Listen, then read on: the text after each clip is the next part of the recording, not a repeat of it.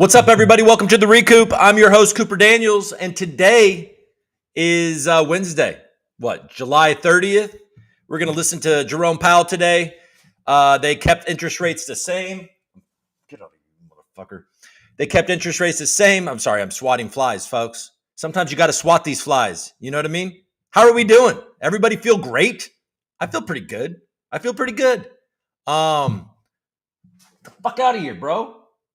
I'm crazy. I'm a psychopath. You know what I mean? Not as quick as I used to be, though. You know what I'm saying? Guys, how are you doing? How's even the market doing? Let's check that real quick. How's the market reacting to them keeping interest rates the same? There's a lot going on. I have not necessarily been paying attention this morning. I'm working on something stupid that I'm going to do for all of you. But let's see real quick. Let's get me in the screen. Ba-da-da-da-da. Get out of that. Where are we at? All right, we're there. That's good. I want that. Design. Where'd it go? Okay. Why am I not? Okay, that's good. No, I'm good. All right. Okay, so we got the Fed meeting. He's going to answer those questions. Let's watch it. I guess we'll just do it from CNBC in 1 minute. No, let's go somewhere else. Let's go to let's look. Okay, so the market is sideways. So I think everybody and everything, we all kind of knew that they're going to keep interest rates. There was some dissent, apparently. Divided Fed holds key interest rate steady, defying Trump's demands. Okay, there you go. They're trying to frame it like that. I think we all knew that this was going to happen, but what we're all going to wait for is if we believe that it's coming soon. Okay, so what we're going to do here is we're going to go over here. Jerome Powell live. I decided to do this last minute live press conference. Okay, let's go to the YouTube or something. There you go. We'll go to the actual Fed stream, live video. Oh, the music. Beautiful. Hear this time.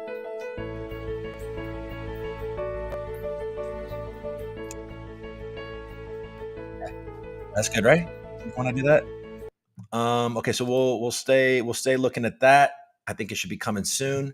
Anybody in the chat? Nope, I don't think, because nobody knew I was doing this. It's okay. Let's go back to CNBC real quick. How's crypto responding? Actually, let's share that instead. Where you at? We're in here. Crypto, but Bitcoin. It's sideways. It's been hovering under 118 for a few days now. ETH is definitely showing more strength, and that's hanging out just above 3,800. 4,000 is imminent. XRP, everybody's favorite token that nobody really knows why it exists anymore. It's the gas token for the XRP ledger that not many people use, but it is huge and the number 3 token in all of crypto. Sorry for the hate. I love you. Like you've got medium-sized titties, you XRP army, but it doesn't make sense. We're going to check this again. Oh, there he is. We're back, baby. Let's do it. Longer run objective. In support of our goals, today the Federal Open Market Committee decided to leave our policy interest rate unchanged. We believe that the current stance of monetary policy leaves us well positioned to respond in a timely way to potential economic developments. I will have more to say about monetary policy after briefly reviewing economic developments. Recent indicators suggest that growth of economic activity has moderated. GDP rose at a 1.2% pace in the first half of this year, down from 2.5% last year. Although the increase in the second quarter was stronger at 3%, focusing on the first half of the year helps smooth through the volatility in the quarterly figures related to the unusual swings in net exports. The moderation in growth largely reflects a slowdown in consumer spending. In contrast, business investment in equipment and intangibles picked up from last year's pace. Activity in the housing sector remains weak. In the labor market, conditions have remained solid. Payroll job gains averaged 150,000 per month over the past 3 months, The unemployment rate at 4.1% remains low and has stayed in a narrow range over the past year. Wage growth has continued to moderate while still outpacing inflation. Overall, a wide set of indicators suggests that conditions in the labor market are broadly in balance and consistent with maximum employment. Inflation has eased significantly from its highs in mid-2022, but remains somewhat elevated relative to our 2% longer-run goal. Estimates based on the Consumer Price Index and other data indicate that total PCE prices rose 2.5% over the 12 months ending in June, and that, excluding the volatile food and energy categories, core PCE prices rose 2.7%. These readings are little changed from the beginning of the year, although the underlying composition of price changes has shifted. Services inflation has continued to ease, while increased tariffs are pushing up prices in some categories of goods. Near-term measures of inflation expectations have moved up on balance over the course of this year on news about tariffs, as reflected in both market-based and survey-based measures. Beyond the next year or so, however, most measures of longer-term expectations remain consistent with our 2% inflation goal.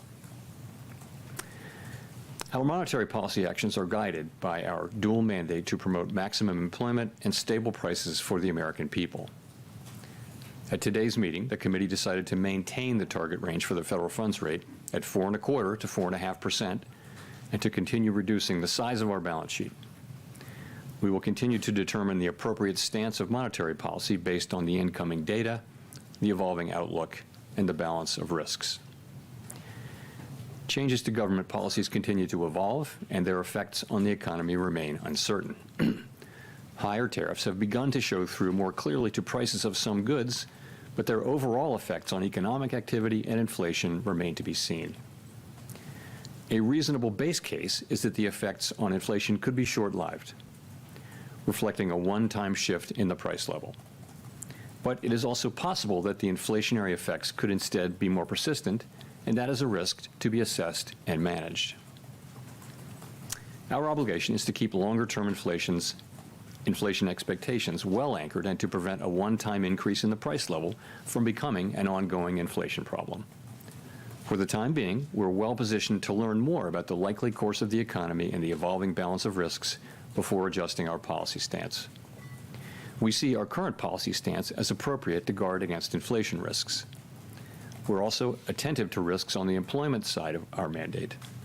In coming months, we will receive a good amount of data that will help inform our assessment of the balance of risks and the appropriate setting of the federal funds rate.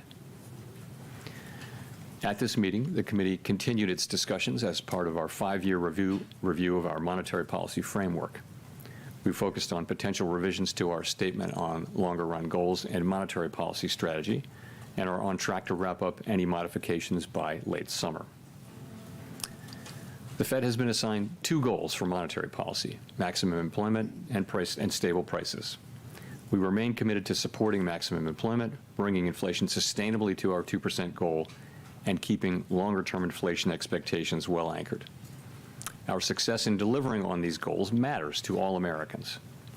We understand that our actions affect communities, families, and businesses across the country. Everything we do is in service to our public mission. We at the Fed will do everything we can to achieve our maximum employment and price stability goals. Thank you. I look forward to your questions. Thanks, Chair Powell. There's a lot of lean in the markets, and not to mention out of the administration for a rate cut now in September.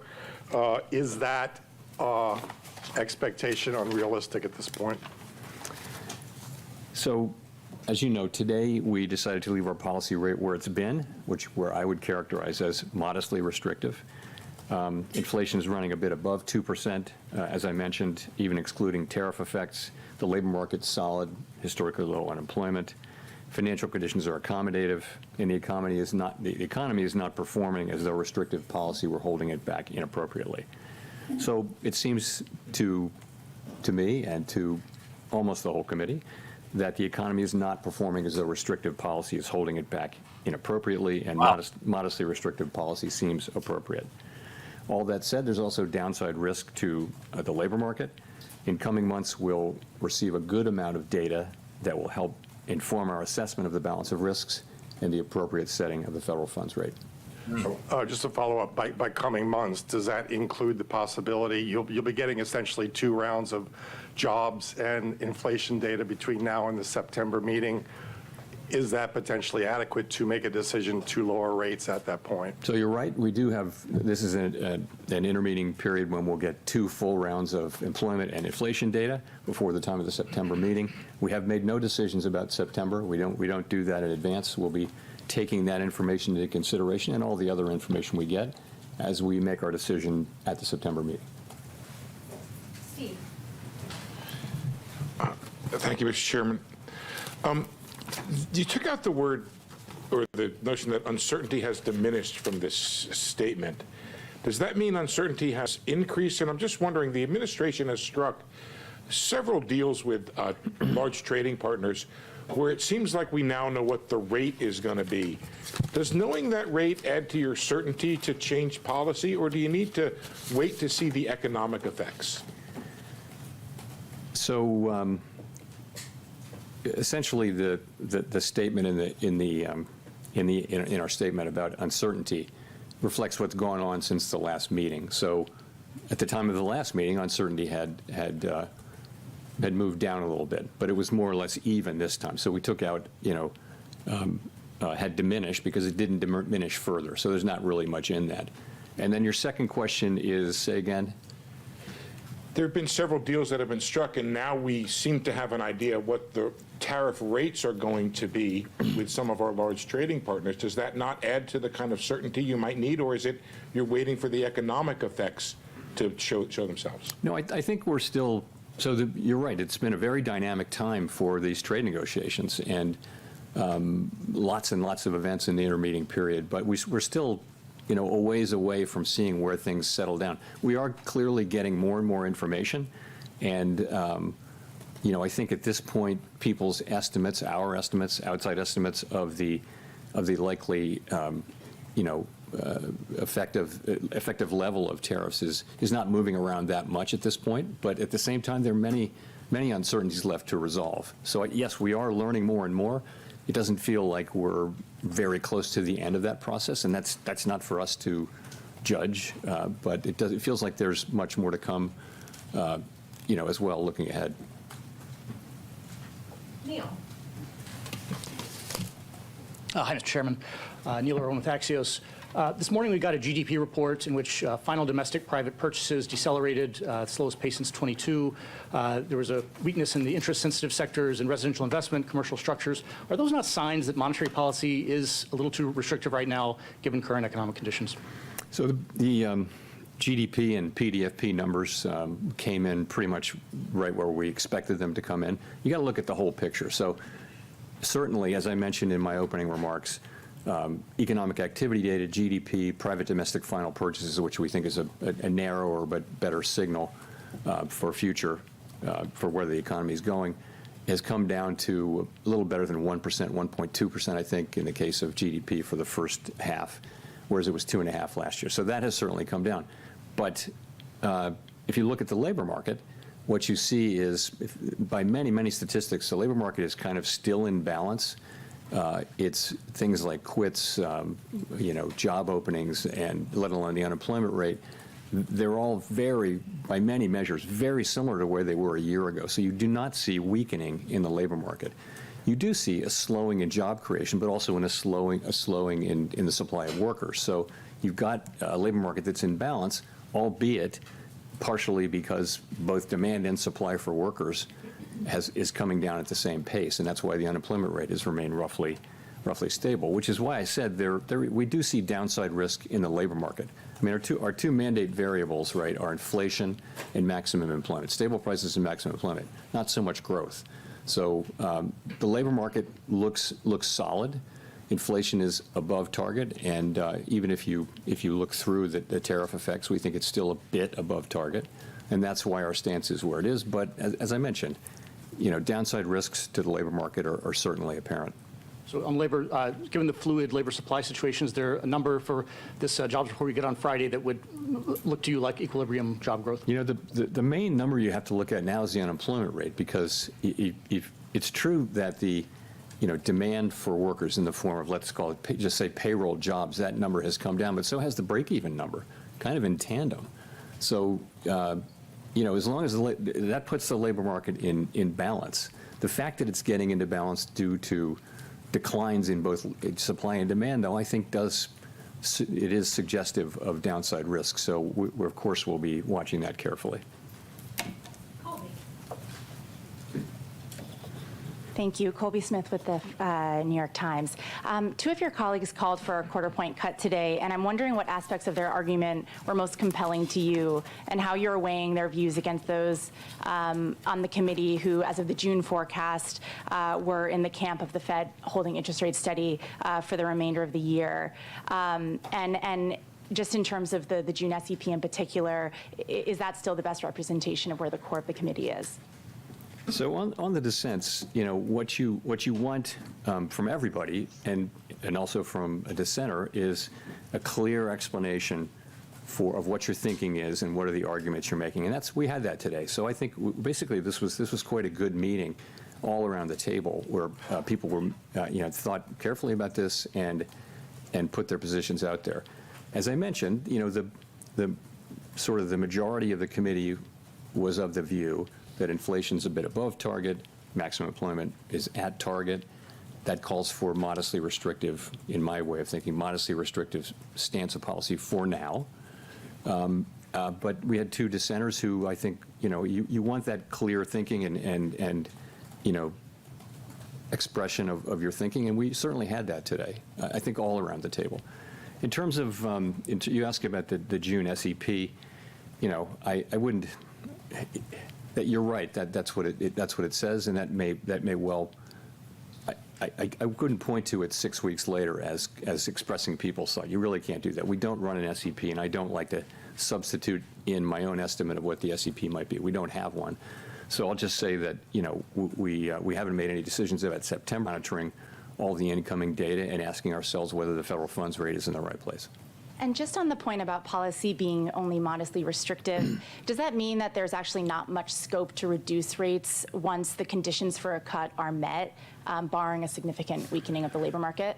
So let me say, my own estimate is modestly restrictive, and there are a range of views of what the neutral rate is at this moment for our economy, and so others may say it's more restrictive or less restrictive even. We're going to be at some point, when we return to moving toward a more neutral stance, we'll be making that judgment as we go.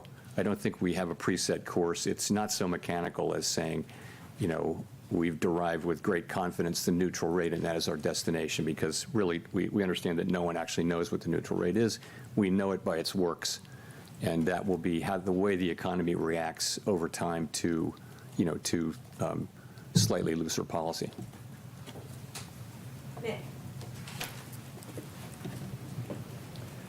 Nick Timmeros, The Wall Street Journal.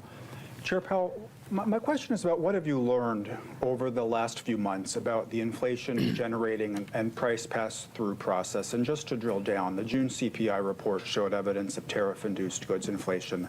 Now, the tariff landscape is only starting to be settled with some of these more recent deals. Given the lags between when tariffs are announced and when they show up in goods prices, is 2 months a long enough horizon to evaluate the impact and be confident that tariffs aren't impacting the broader inflation process?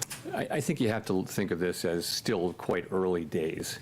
And so I think what we're seeing now is substantial amounts of tariff revenue being collected on the order of $30 billion a month, which is substantially higher than before. And the evidence seems to be mostly not paid only to a small extent through exporters lowering their price, and companies or retailers, sort of people who are upstream, institutions that are upstream from the consumer, are paying most of this for now. It's starting to show up in consumer prices, as you know, in the June report. We expect to see more of that. And we know from surveys that companies feel that they have every intention of of putting this through to the consumer, but the truth is they may not be able to in many cases. So I think we're just going to have to watch and learn empirically how much of this and over what period of time. I think we've learned that the process will probably be slower than expected at the beginning, but we never expected it to be fast. We think we have a long way to go to really understand exactly how it will be. So that's how we're thinking of it right now. So if I could follow up, is the reticence to look through core goods inflation being driven by the judgment that during the pandemic expectations proved more adaptive than anyone at the Fed expected? Is it being driven by uncertainty over how restrictive policy is? You could argue we are a bit looking through goods inflation by not raising rates. We haven't reacted to new inflation, but I mean I wouldn't insist upon that. But I don't think I think the base case, as I said, a reasonable base case is that these are one-time price effects. Of course, in the end, there will not be. This will not turn out to be inflation because we'll make sure that it's not. We will, through our tools, make sure that this does not move from being a one-time price increase to serious inflation. We want to do that efficiently, though, and that means we want to do it.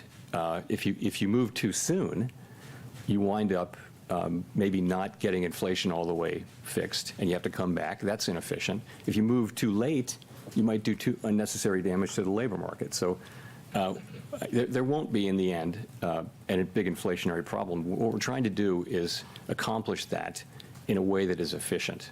But in the end, there should be no doubt that we will do what we need to do to keep inflation under control. Ideally, we do it efficiently.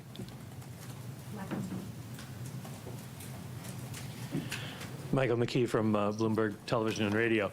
The one big bill, leaving aside the adjectives, do you expect it to add stimulus to the economy in 2026? And would that be an argument for remaining on hold or cutting back on the number of rate cuts you would expect for next year? So, of course, let me just ritual disclaimer that we don't express any judgments or anything like that on fiscal legislation or other legislation for that matter.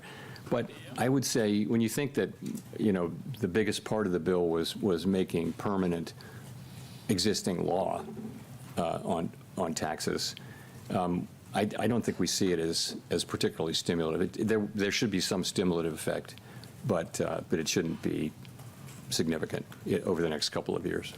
And to follow up, I don't want to put this in terms of you and the president, so let me ask it this way. Do you have concerns about the cost of keeping rates elevated for longer in terms of interest rate charges? Yeah, no, that's, we have a mandate, and that's maximum employment and price stability. And it is, it's not something we do to consider the cost to the government of our rate changes. We have to be able to look at the goal variables Congress has given us, use the tools they've given us to achieve those goals, and that's what we do. We don't consider the fiscal needs of the federal government. No advanced economy central bank does that, and it wouldn't be good if we did do that, it would be good neither for our credibility nor for the credibility of U.S. fiscal policy. So it's just not something we take into consideration. Victoria. Hi, Victoria Guida with Politico. When it comes to the renovations of the Federal Reserve's headquarters that the administration has been looking into, do you see their interest in that issue as being directly tied to the president's push to get you to lower interest rates? Not for me to say. I will say we had a nice visit with the president. It was an honor to host him. It's not something that happens very often at the Federal Reserve to have the president come over, let alone to visit a building. But it was a good visit. Are there any aspects of the project that they've raised that you see as making you reconsider any aspects of the project? So it was a good visit. And we went through the very long process of clearing it through historic preservation at the National Capital Planning Commission, and a lot of back and forth there. It was very constructive. We started out to do the work, and we're very well along on that work, and I was quite pleased to have the president say multiple times that what he really wanted to see was us getting this construction completed as soon as possible. That is our focus, and that's what we're going to do.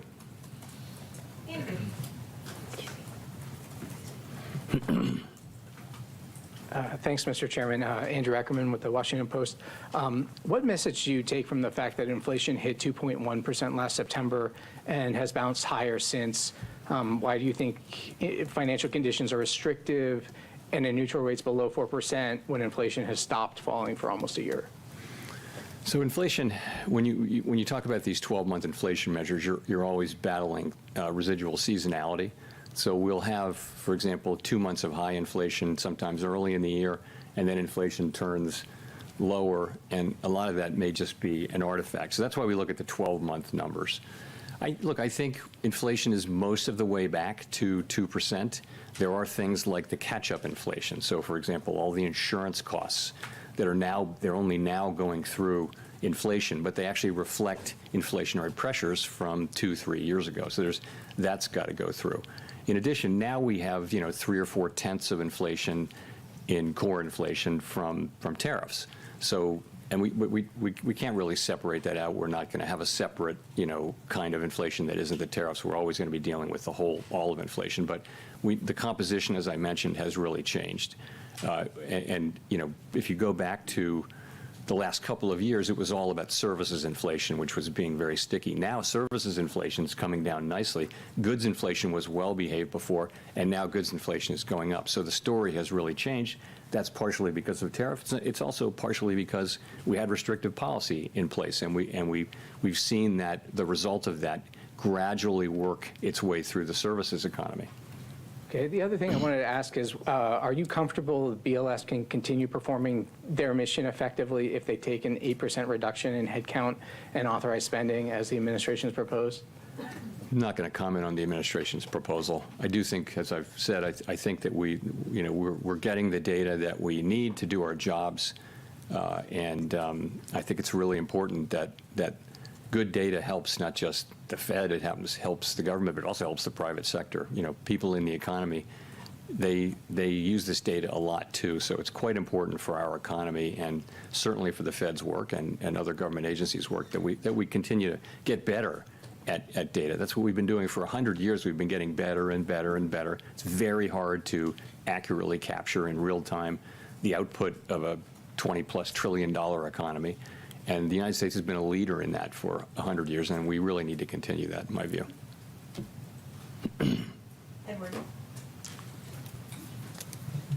Thank you, Mr. Chairman. Edward Lawrence from Fox Business. How concerned are you with the data that we're coming in, showing no significant upward trend in inflation over the past 6 months, that the wait-and-see approach for inflation is actually giving companies cover to raise prices? How concerned am I that say that again? The wait-and-see approach is giving... The wait-and-see approach, what do you mean by that? For cutting rates. You're waiting to see if the tariffs will affect inflation. So it's a wait-and-see approach. Well, so that's where policy's restrictive. When we start cutting, it'll go toward neutral. Okay. This delay, though, where you're saying there's a one-time price increase for tariffs, which possibly could lead into bigger inflation or more inflation.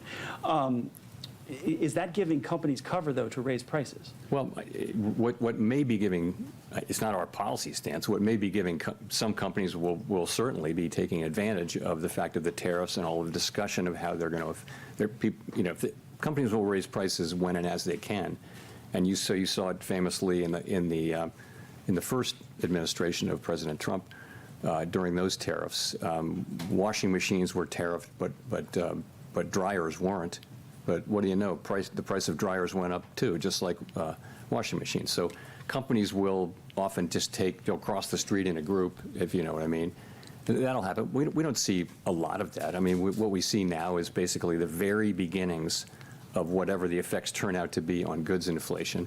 And I'll say again, they may be less than people estimate or more than people estimate. They're not going to be zero. Consumers will pay some of this. Businesses will pay some of this. Retailers will pay some of this. But we're just going to have to see it through. And just to follow, if I could, some additional tariffs have been in place since February, and things, really haven't broken yet with the economy. So how do you justify to somebody who's looking for a house, who's facing a 7% mortgage and maybe can't afford those rates? How do you justify that? Well, so the housing is a special case, right? We don't set mortgage rates at the Fed, right? We set an overnight rate, and the rates that go into mortgages are longer-term rates, like Treasury rates. It might be 30-year rates. It might be shorter than that, but it's not the overnight Fed's rate. It's not that we don't have any effect. We do have an effect, but we're not the main effect. There are other things, though, going on in the housing sector, and one of those is just there's kind of a long-term housing shortage that we have. We haven't built enough housing. This is not something the Fed can help with, but then that'll be the case even after things normalize. So I think the best thing that we can do for housing is to have 2% inflation and maximum employment, and that's what we can contribute to housing. There are lots of other jobs to do for the private sector and Congress, but that's what we're trying to get to. We've made a lot of progress toward that. We have a very good labor market right now. Inflation, we were very close to 2%. We're seeing some goods inflation move us away, but so far not very far away. Chris. Hi, Chair Powell. Thank you.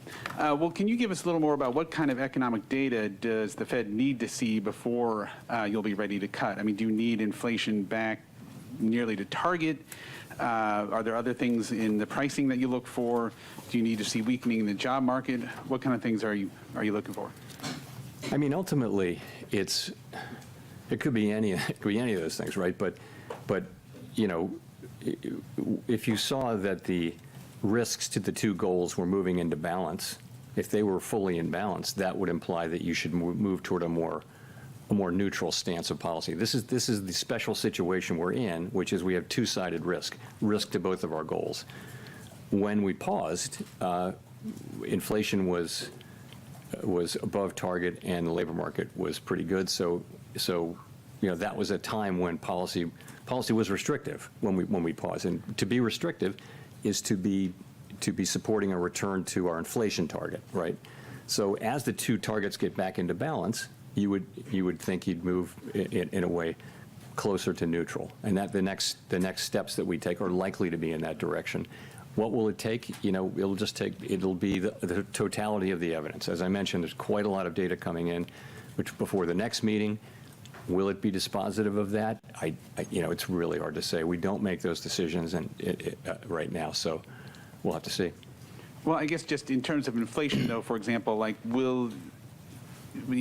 some people would point to if it remains only in goods and it doesn't bleed over to services, then maybe that's evidence that the tariff effect is going to be a temporary one-time thing. Is that kind of thing affect your thinking, or do you just need to see the number come down closer to 2? We'll look at everything.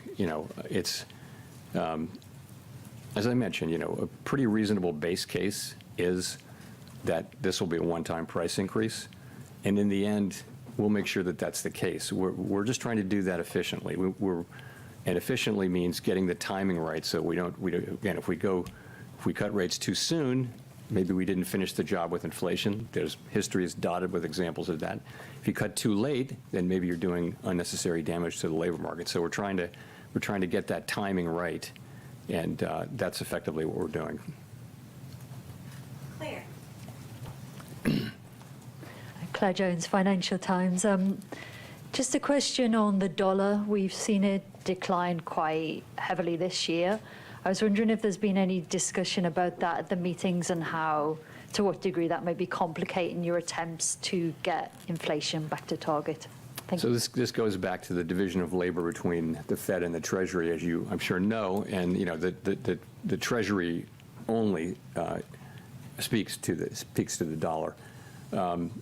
It's not something that's been a topic of major discussion at all at the Fed. I won't say it doesn't come up. If the transcripts, when they come out in a few years, they'll probably reflect some mentions of the dollar, but it would never be a major focus. And just to follow on, if I may, to Andrew's question, I think the amount of imputed data in CPI now is up to 35%. I mean, Is there any discussion of that as well? Is there any consideration of looking at alternative measures, data scraping and so on, in order to just ensure you've got a good read on what's happening to prices in the US economy? Thank you. We're monitoring the situation. We do, of course, I mean, as you know, during the pandemic, we looked at a whole lot of new kinds of data. People are looking at big data sets that you can get from all sorts of places, and we do all of that. But we really need, the government data really is the gold standard in data, and we need it to be, to be good and be able to rely on it. And we're not going to be able to substitute for that, but if we what we need.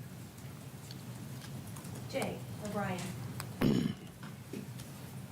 Hi, Mr. Chairman. Jay O'Brien, ABC News. President Trump has obviously invoked your name a lot. He has personally pressured you. Are you concerned the way that conduct might impact the Fed's independence going forward? I'll just say that, I think that having an independent central bank has been an institutional arrangement that has served the public well. And as long as it serves the public well, it should continue and be respected. If it didn't serve the public well, then it wouldn't be something that we should just automatically defend. But what it gives us, and other central banks, what it gives you is the ability to make these very challenging decisions that in ways that are focused on the data and the evolving outlook, the balance of risks, and all the things we talk about, and not political factors. And so governments all over the advanced economy world have chosen to put a little bit of distance between direct political control of those decisions and the decision makers. So if you were not to have that, there would be a great temptation, of course, to use interest rates to affect elections, for example. And that's something that we don't want to do. So I think that's pretty widely understood. Certainly it is in Congress. And I think it's very important. I'll just say that. Maria Eloisa.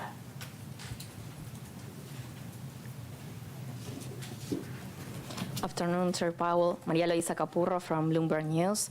You mentioned a slowdown in consumer spending, and I wanted to see if you could walk us through what was the discussion with the committee around that. We've seen delinquency rates rising for upper-income households. How do you see that evolving in the next few months, and how much of a vulnerability that is for the economy going forward? Consumer spending had been very, very strong for the last couple of years, and had repeatedly, forecasters, not just us, had been forecasting it would slow down, and now maybe it finally has. So I would say,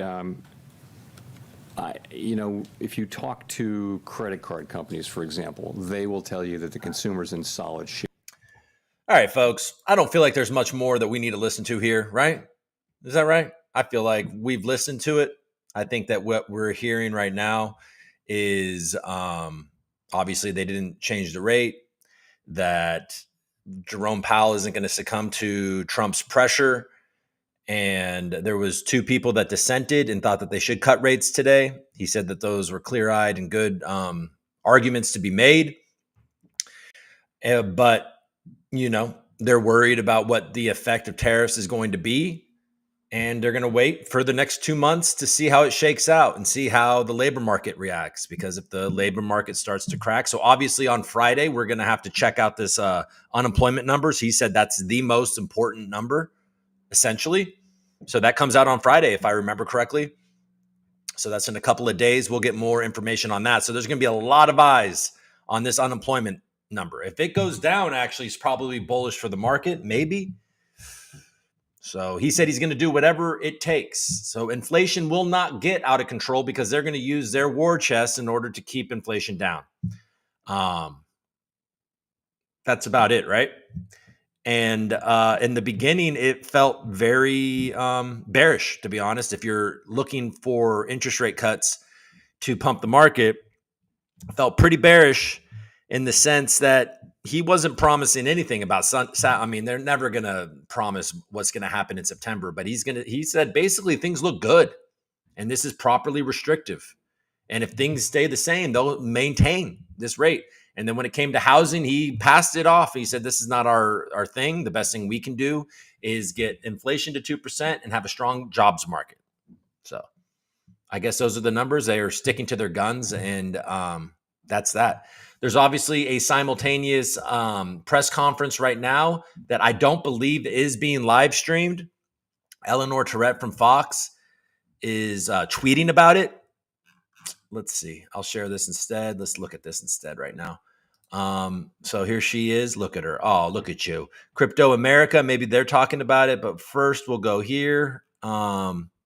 Here in the beautiful Indian Treaty Room of the Eisenhower Executive Building, Sachs and Bo Hines and Paul Atkins and the CFTC chair, FAM, and Treasury Secretary Dissent are there. It's pretty. Let's see what they got here. Here's the report, all 158 pages, neatly packaged in a sleek booklet. Sachs up at the podium says people online are already calling it the crypto Bible. No, absolutely not. There's nothing that's going to be at the White House that should be the crypto Bible. For fuck's sakes. Treasury Secretary Scott Bessent speaking now. Before President Trump took office, digital assets endured a 4-year siege from a hostile White House that took extraordinary measures to drive fintech innovation offshore. I have a house in the Bahamas, and I saw how that went. All right. That makes sense to me. That's true. Bessent says that the report includes over 100 regulatory and You guys can hear me, right? Yeah, I think so. Bessent says that the report includes over 100 regulatory and executive legislative actions on a broad range of issues, including countering illicit finance, ensuring fairness and predictability in crypto taxation, reinforcing dollar dominance through stablecoins, and modernizing bank regulations for digital assets.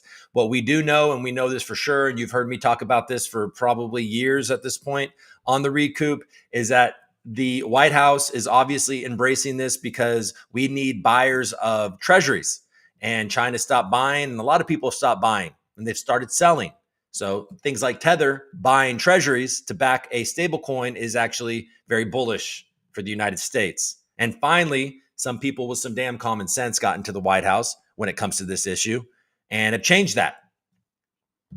So there you go. He said, so start your companies here, launch your protocols here, and hire your workers here. You'll be glad you did it. There you go. Bullish. Pam Bondi, I guess she's feeling better, says the DOJ is considering several reforms that will cultivate a robust financial technology landscape. I don't really care what Pam Bondi says. I've given up on that lady. Bondi, who gave a shout out to her deputy AG, Todd Blanche, who is the one that was interviewing Jeffrey Epstein. Yada, yada. Don't care about him. To close out, Bo Hines said some closing remarks, and the event came to a close. It lasted about 25 minutes. A White House staffer told me Commerce Secretary Howard Lutnick and Secretary of State Marco Rubio were also slated to attend, but had last-minute conflicts that arose. Now off to read this report. There you go. 25 minutes. They did it. It's over. Now we need to, let's see if anybody's read this report and is reporting on it. Maybe we'll go to her thing. Where is it? Crypto America? Oh, it's a podcast. Powered by Say. Say what you want to say. Okay, they sat down with Bo Hines. Nope. Crypto Policy Report.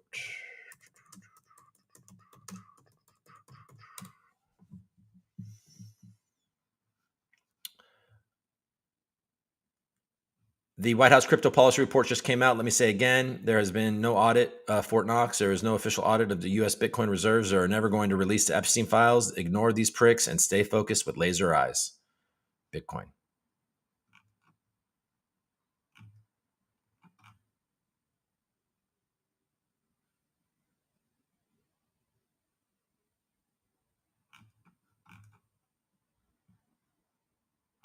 No Bitcoin reserve.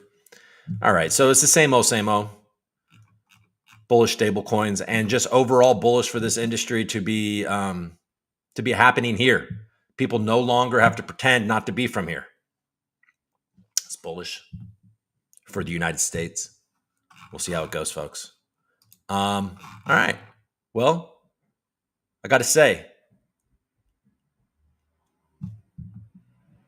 What do we think? What do I got to say? I got to say, and I have nothing to say. I got to say that I got nothing to say. I already said it. Let's see what are the stock market doesn't like it. That's pretty sideways though. Let's see. Right across the board, but where we at? We got about 45 minutes left. This probably keeps going down. Trump imposes universal 50% tariff on copper. What does that do to copper prices? It tanks it down 18 and I mean, this is crazy, bro. Like something like copper is having 20% swings.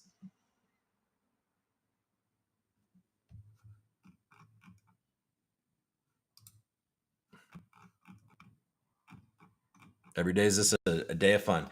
All right, Trump on Wednesday signed an order imposing universal 50% tariff on copper imports, the latest metal he has targeted with the steep import tax. The new higher copper tariffs go into effect Friday, according to a fact sheet. The Trump administration says the new duties, which follow 50% U.S. tariffs already imposed on steel and aluminum, were aimed at boosting domestic industries and addressing trade imbalances. But experts warn that they could raise prices on all sorts of products that utilize versatile metals, ranging from construction materials to electronics. Copper is the third most consumed metal behind iron and aluminum. And your mom's a hoe. All right, let's go back here. Sorry that I keep doing that.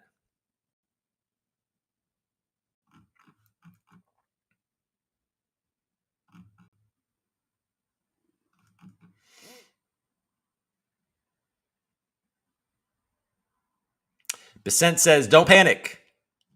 What's that song? By Don't Panic. Don't Panic.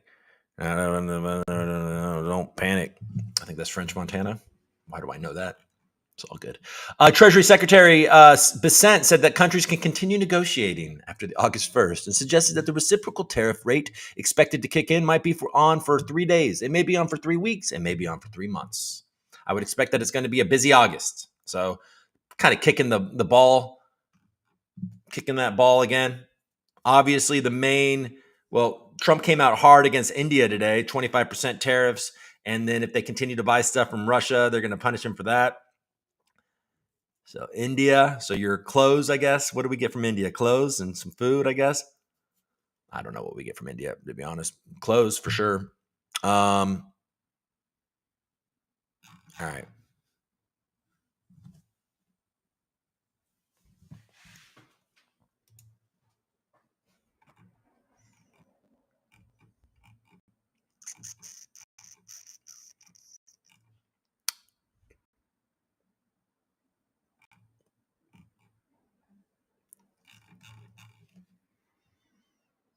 All right, let's look at the prices real quick. Oh, yeah, things are going down. So Bitcoin has gone from nearly 118 to testing 116. When we started the show, ETH was over 38, and now it's testing 37. XRP is challenging $3. Solana is down in the low 70s. Sweet. Polkadot is just not having a good time, underperforming everything. Damn. Sucks. All right. All right, I gotta go. Algorand not having a nice time either, sub 25. R breaking, almost about to break 40, so not bullish. We did not have a bullish day. We're not having a bullish day. All these tariffs, all this uncertainty.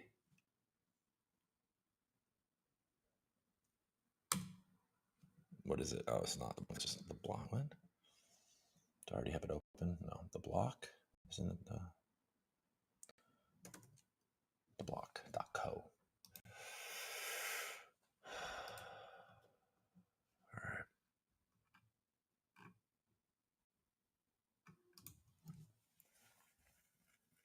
Okay, so it looks like the block did some reporting on this that we can read about. That's good. You guys can see this, right?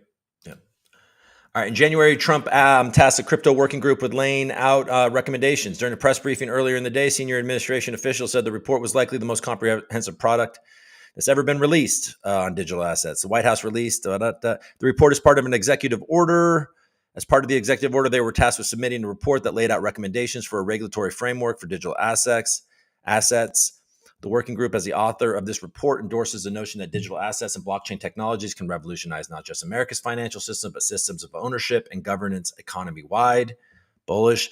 American entrepreneurs who pioneer new industries using the technology deserve both clarity. Trump proposed creating a digital asset stockpile and a strategic Bitcoin reserve. In March, at the time, Trump had tasked Howard Lutnick and Scott Bessent to develop a budget-neutral strategy for acquiring additional Bitcoin. As for the stockpile, the executive order said it would not acquire additional assets for stockpile beyond those obtained through forfeiture. In the report on Wednesday, the working group said that both the reserve and stockpile would be administered by the Treasury Department and that they would be capitalized by forfeited digital assets. They also said the Bitcoin in reserve will, in general, not be sold and will be maintained as reserve assets of the United States, utilized to meet government objectives in accordance with applicable law. There was not a lot of language around next steps for a Bitcoin reserve in the report, but senior administration officials noted that that was part of a separate executive order issued by Trump. They also said that the Treasury Department's work on the Bitcoin reserve is underway and that there will be more information on that soon. The report comes just weeks after a bill to regulate stablecoins called The working group said tax policy on federal law levels should recognize the unique characteristics of digital assets. All right, there you go, folks. We did it. We're heroes. Thanks for tuning in. Know what I'm saying? I'm happy with you. I'm happy with Coop. I am happy with Coop. Brr. Wilder's in the chat. What's up, everybody? Thank you, Wilder. I'm going to do something stupid soon, so stay tuned. I'm going to do something fun and stupid. Hopefully have some fun. You know what I'm saying? But stay tuned. Let's go. Let's have fun together. I'm done for the day. Thanks for listening to Jerome Powell and me rattle through some news. Potentially, I'll see you tomorrow. All right, folks. Thanks. Peace.